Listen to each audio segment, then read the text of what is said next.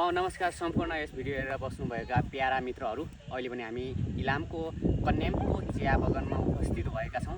हामी आज घुम्न आइरहेका छौँ। यहाँ हामी भने आज इलाममा आएर धेरै मनोरञ्जन र धेरै खुसी भएका छौँ।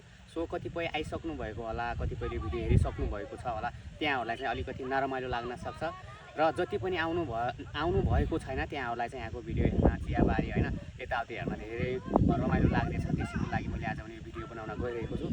सो हामीले यहाँ आएर भने धेरै मनोरञ्जन लिइसकेका छौँ।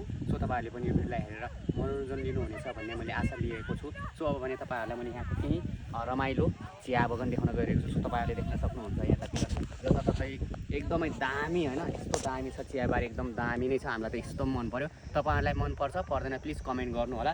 सो यो त एउटा नमुना मात्रै हो। यहाँ त पुरै जताततै डाँडामा होइन, जताततै डाँडामा चिया नै चिया होइन, चियाबारी नै चियाबारी रहेछ। अनि त्यसै माथि नेपालको झन्डा पनि देख्न सक्नुहुनेछ है।